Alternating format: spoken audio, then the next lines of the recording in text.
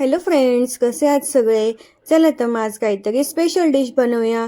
आणि हे पण मला बोलले होते खूप भूक लागली आहे आणि काहीतरी स्पेशल बनव. मग चला म्हटलं, पालक पण होता घरात, मग पालकचे भजे बनवूया.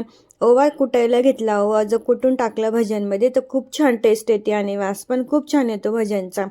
मग थोडासा पालक चिरलेला होता ते बेसनमध्ये मिक्स करून घेतला. ओवा मिक्स केला, हळद, थोडंसं तिखट आणि तुमच्या घरात जो मसाला असेल तर तुम्ही टाकू शकता. तर मी फक्त लाल तिखट आणि हळद आणि थोडंसं मीठच टाकलं होतं, कारण मला साधे सिंपलच भजी करायचे होते. खूप छान वास येत होता, कारण आपण त्याच्यामध्ये ओवा कुटून टाकला होता आणि थोडंसं पाणी टाकलं. जास्त पाणी मिक्स नाही करायचं, कारण पाणी सुटतं भज्यांना. मग तेल गरम करायला ठेवलं आणि थोडंसं घट्ट असं मिश्रण करून घेतलं आणि ती लगेच भजी तळायला घेतले होते. गरमागरम भजी खूप छान आणि टेस्टी लागतं बरं का.